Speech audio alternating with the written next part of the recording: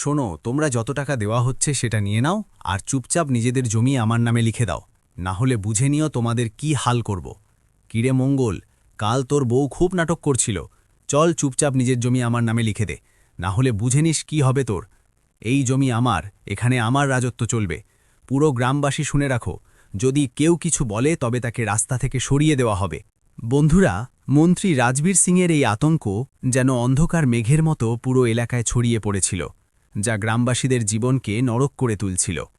তার হাত শহরের উচ্চপদস্থ কর্মকর্তাদের থেকে শুরু করে অন্যান্য মন্ত্রীদের পর্যন্ত পৌঁছে গিয়েছিল, যা তাকে এক অদৃশ্য শক্তির মালিক করে তুলেছিল।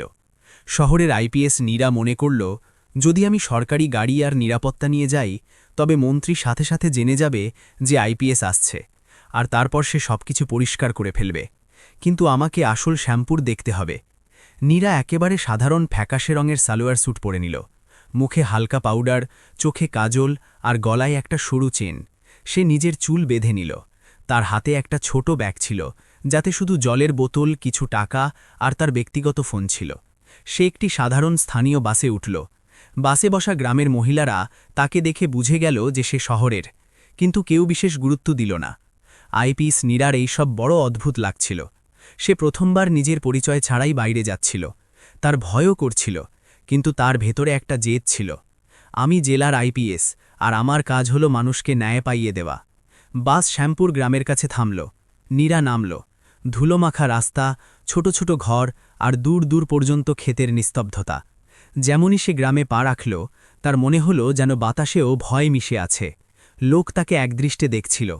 অজানা মহিলা একাই গ্রামে। আইপিএস নীরা একটি চায়ের ছোট দোকানে গেল। ভাইয়া, এক কাপ চা দিন, আর একটু জল। দোকানদার, এক মাঝবয়সী লোক, ভয় পেতে পেতে তাকে চা দিল। সে ফিসফিস করে জিজ্ঞেস করল, আপনি নতুন মনে হচ্ছে, কোথা থেকে এসেছেন? নীরা নকল হাসির সাথে বলল, জি, আমি পাশের শহর থেকে এসেছি, আমার মাসি এখানে থাকত। তার সাথে দেখা করতে এসেছে, কিন্তু বাড়ি খুঁজে পাচ্ছি না। দোকানদার ঘাবড়ে গেল। কে? মাসি কোথায় থাকত? জলদি বলুন, আর নিজের কাজ করে জলদি এখান থেকে চলে যান। নীরা জিজ্ঞেস করল, কেন, কি হয়েছে? সবাই এত ভয় পেয়ে আছে কেন? দোকানদার চারদিকে দেখল, যেন দেয়ালেরও কান আছে। ম্যাডামজি, আপনাকে শহরের মনে হচ্ছে আর ভদ্র মনে হচ্ছে। আমার কথা মানলে এখান থেকে জলদি চলে যান। এই গ্রাম ভালো না। এখানে শুধু একটাই আইন চলে, মন্ত্রী রাজবীর সিংয়ের আইন। সে যে কোনো নতুন মেয়েকে তুলে নিয়ে যায়। নীরা চায়ের টাকা দিল আর এগিয়ে গেল। তার মনে এখন রাগ জমে গিয়েছিল। এই আতঙ্ককে তো গোড়া থেকে নির্মূল করতে হবে। সে মনে মনে ঠিক করে নিল। আইপিএস নীরা ধীরে ধীরে গ্রামের বাজারের দিকে এলো। সে একেবারে সাধারণ মহিলাদের মতো সবজি ঠেলার সামনে থামল, আর সেই সবজি বিক্রেতাকে জিজ্ঞেস করল, ভাইয়া, এই টমেটো কত করে দিলেন? সবজি বিক্রেতা বলল, ৬০ টাকা কিলো দিদি। নীরা টমেটো বাঁচতে লাগল। তখনই একটা জোরালো আওয়াজ এলো, ওই ঠেলাওয়ালা, আমার দিকে তাকা। এই আওয়াজ ছিল বীরেন্দ্র সিংয়ের, যে মন্ত্রীর ছেলে ছিল। সে একটা সাদা স্করপিও থেকে নামল। তার সাথে দুটো হিষ্টপুষ্ট গুন্ডা ছিল।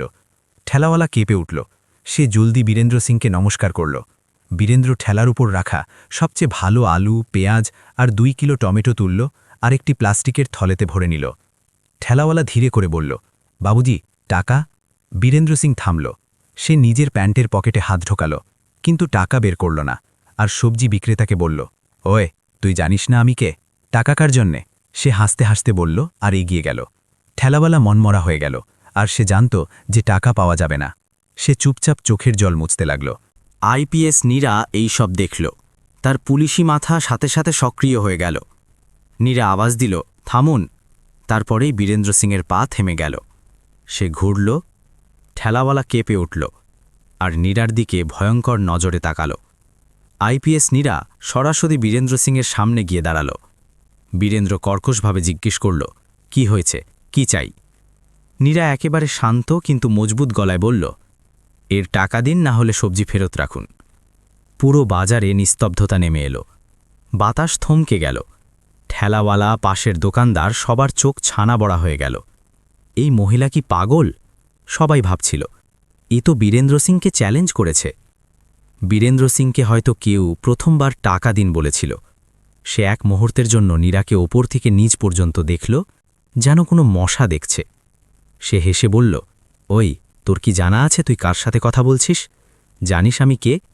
আমার বাবার নাম শুনেছিস? মন্ত্রী রাজবীর সিং। নীরা তার চোখের দিকে সরাসরি তাকিয়ে জবাব দিল।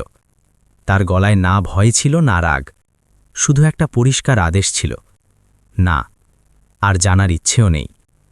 এই শোনা মাত্রই বীরেন্দ্র সিংয়ের রক্ত টকবক করে উঠল। তার মুখ লাল হয়ে গেল আর চিৎকার করে বলল, তোর এত সাহস! বীরেন্দ্র সিং রাগে নিজের হাত তুলল। যেমন নীরাকে চড় মারতেই যাচ্ছিল, তখনই ঠেলাওয়ালা চিৎকার করে উঠল, আরে দিদি, ছেড়ে দিন না, কেন প্রাণের ঝুঁকি নিচ্ছেন? বীরেন্দ্র সিং রাগে কিন্তু ধীর গলায় বলল, দেখ, যদি তুই এখান থেকে চুপচাপ না যাস তবে আমি তোকে তুলে নিয়ে যাব, তখন বুঝবি আমার বাবাকে। আইপিএস নীরা একটুও নড়ল না আর বলল, তোলো, আমি এখানে দাঁড়িয়ে আছি, তোলো আমাকে, আর তারপর দেখো যে তোমার কি শাস্তি হয়। এটা দেখে বীরেন্দ্র সিং আর তার গুন্ডারা থেমে গেল। বীরেন্দ্র সিং 1 সেকেন্ড ভাবল, এ কি মারা ঠিক হবে না, যদি কালকে কোনো গোলমাল হয় তবে? তারপর সে রাগে সবজির থলে মাটিতে ফেলে দিয়ে গাড়িতে বসল আর গুন্ডাদের নিয়ে দ্রুত চলে গেল। যেতে যেতে সে নীরাকে এমনভাবে দেখল যেন কাল এর হিসাব নেবে। গ্রামবাসীরা অবাক ছিল। সবাই নীরাকে এমনভাবে দেখছিল যেন সে কোনো অলৌকিক কাজ করে ফেলেছে। ঠেলাওয়ালা ভয় পেতে পেতে জিজ্ঞেস করল, দিদি, আপনি ঠিক আছেন? আপনি এটা কি করলেন? এখন ওরা আপনাকে ছাড়বে না। আইপিএস ম্যাডাম বুঝে গেল যে গ্রামবাসীদের মনে এখনও সততা বেঁচে আছে, শুধু সেটাকে জাগানোর জন্য একটা স্ফুলিঙ্গ চাই, আর সেই স্ফুলিঙ্গ সে নিজেই হবে।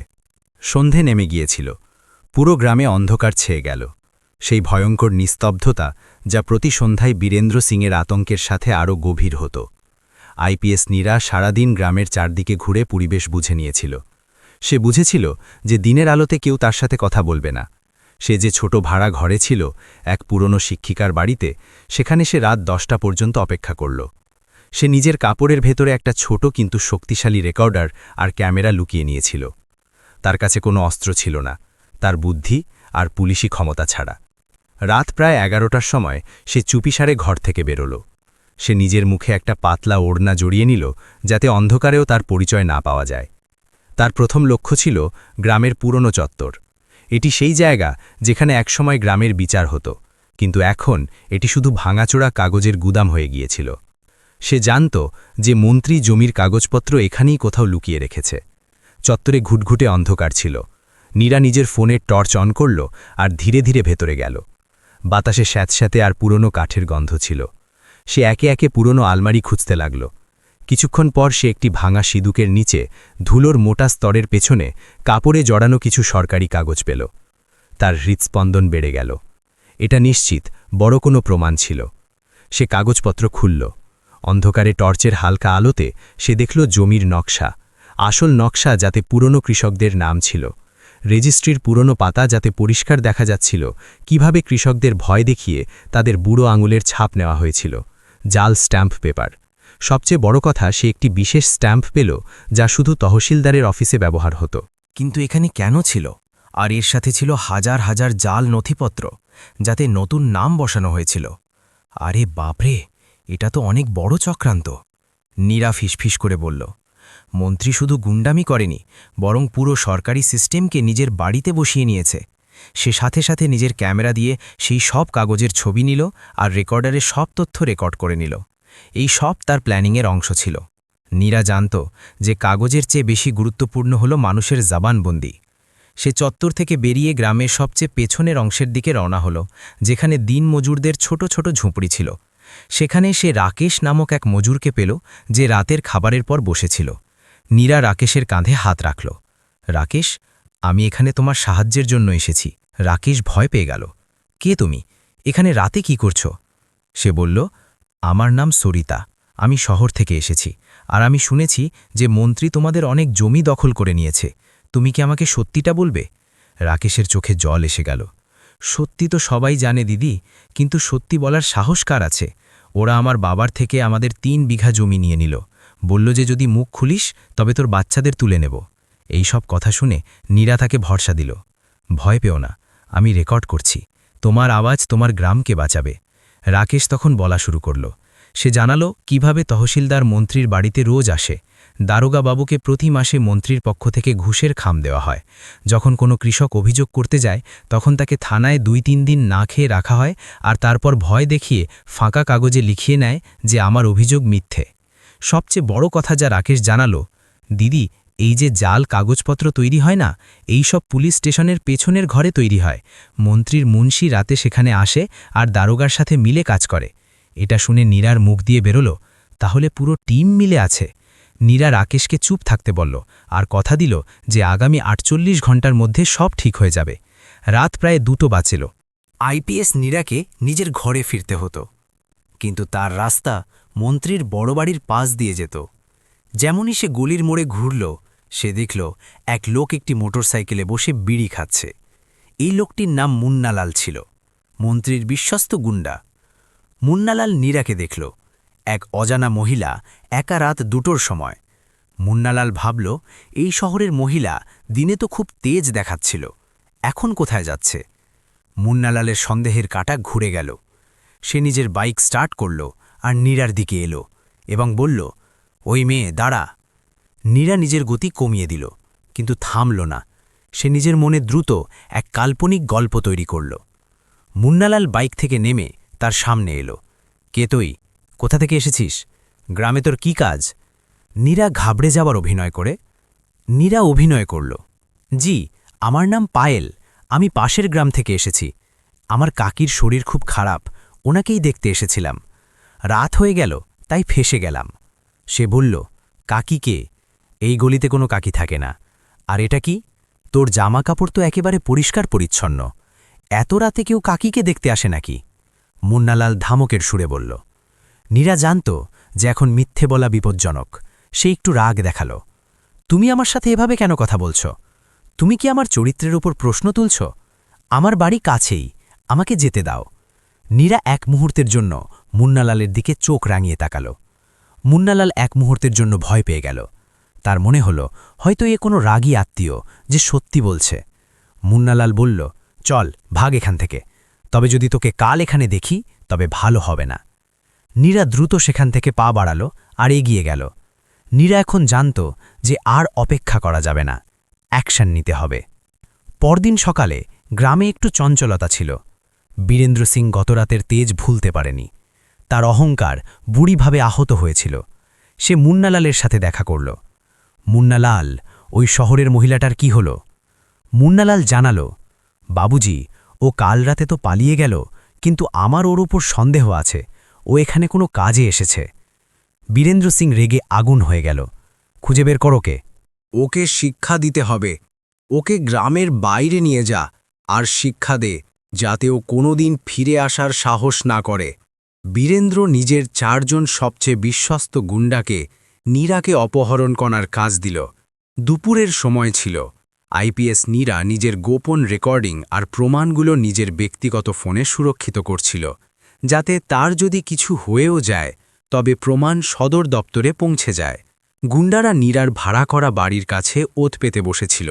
যেমনই সে বাইরে বেরোল, গুন্ডারা তাকে ঘিরে ধরল আর বলল, চল চুপচাপ গাড়িতে বস, না হলে এখান থেকেই টেনে হিঁচড়ে নিয়ে যাব।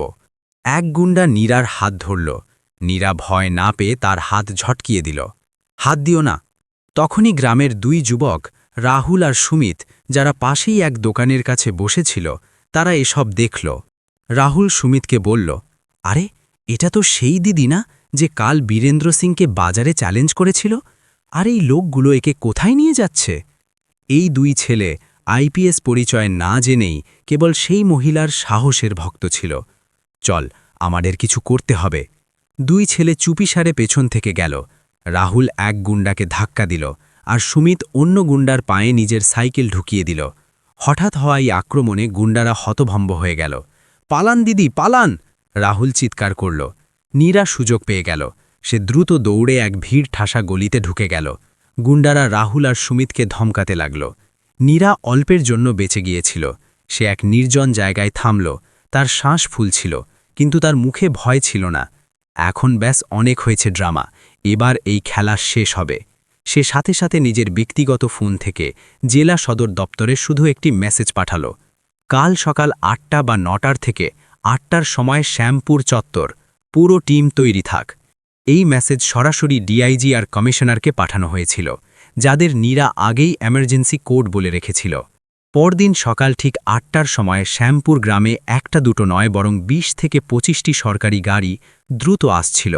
সবার আগে একটি নীল বাতি লাগানো জিপ ছিল, তার পেছনে মিডিয়ার ভ্যান, নতুন তহসিলদারের গাড়ি আর শত শত পুলিশ ফোর্স। মনে হচ্ছিল যেন গ্রামে কোনো বড় যুদ্ধ হতে চলেছে। মন্ত্রী রাজবীর সিং আর তার ছেলে বীরেন্দ্র সিং, যারা কেবল নিজেদের বিলাসবহুল বাংলোয় জলখাবারের জন্য উঠছিল, এই দৃশ্য দেখে থতমত খেয়ে গেল।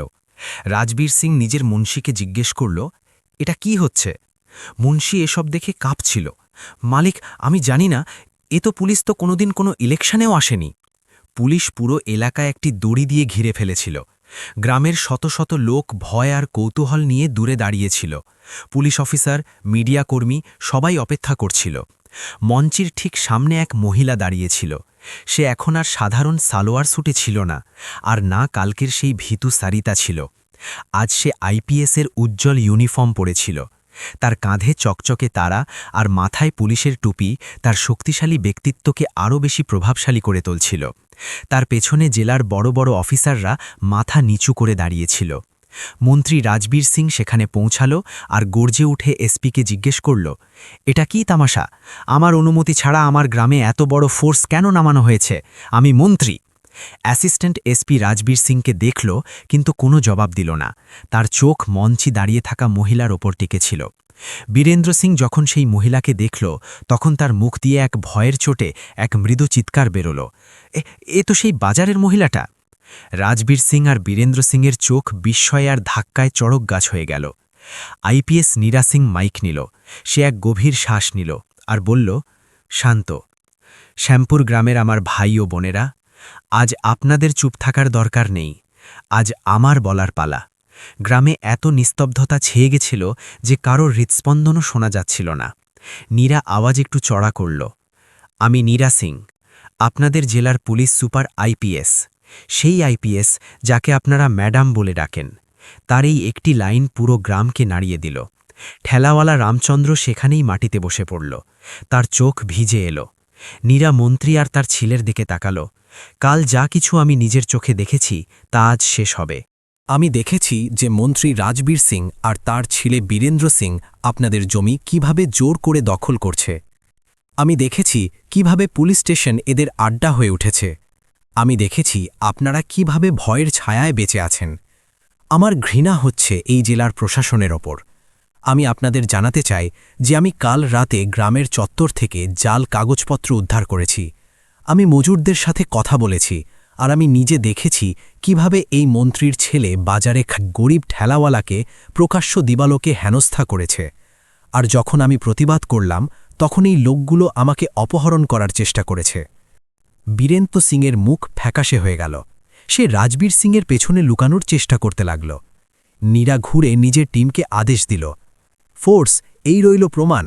আমার কাছে জাল কাগজপত্রের ছবি, মজুরদের জবানবন্দির রেকর্ডিং আর পুরো ষড়যন্ত্রের অকাট্য প্রমাণ আছে। সবার আগে মন্ত্রীর এই মুন্সিকে হেফাজতে নেওয়া হোক, যে জমির জাল কাগজপত্র তৈরি করেছে। পুলিশ সাথে সাথে মুন্সিকে ধরে ফেলল।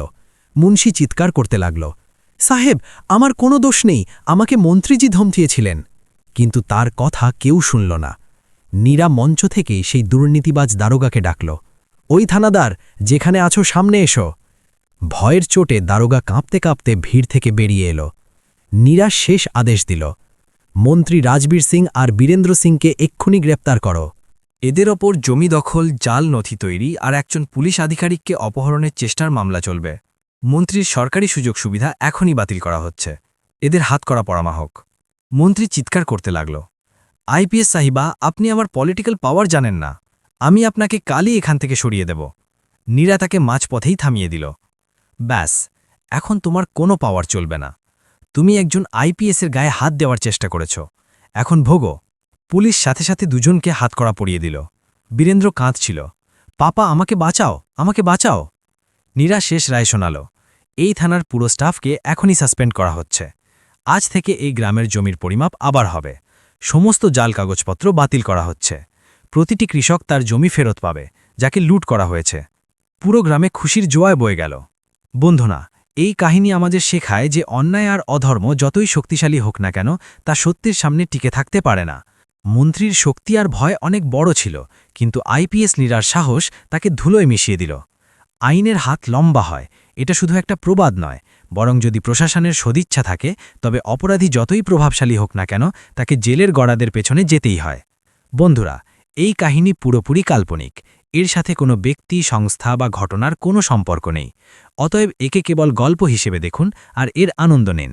যদি কাহিনী ভালো লেগে থাকে তবে দয়া করে আমাদের চ্যানেল সাবস্ক্রাইব আর ভিডিওটিকে একটি লাইক অবশ্যই করে দেবেন, যাতে আমাদের উৎসাহ আরও বেড়ে যায়।